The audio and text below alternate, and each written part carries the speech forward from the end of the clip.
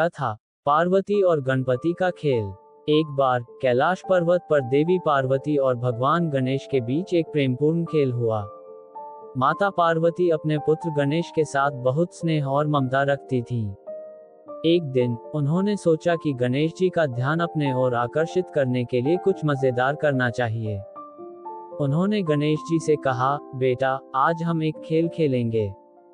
तुम अपनी आंखें बंद करोगे और मैं कहीं छिप जाऊंगी।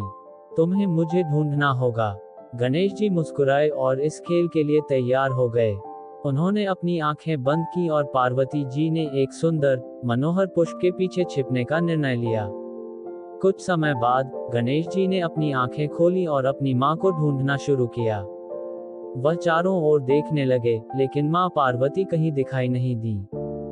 गणेश जी ने अपनी सूंड का उपयोग किया और हर जगह सूंघ कर अपनी मां को ढूंढने की कोशिश की, लेकिन वह उन्हें नहीं मिल रही थी।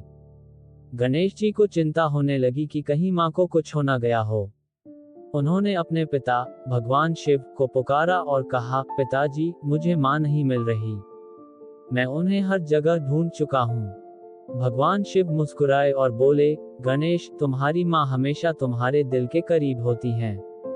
वह तुमसे दूर कैसे जा सकती हैं? अपने दिल से उन्हें ढूंढो। गणेश जी ने ध्यान लगाकर अपने भीतर देखा और महसूस किया कि मां पार्वती उनके हृदय में ही विराजमान हैं।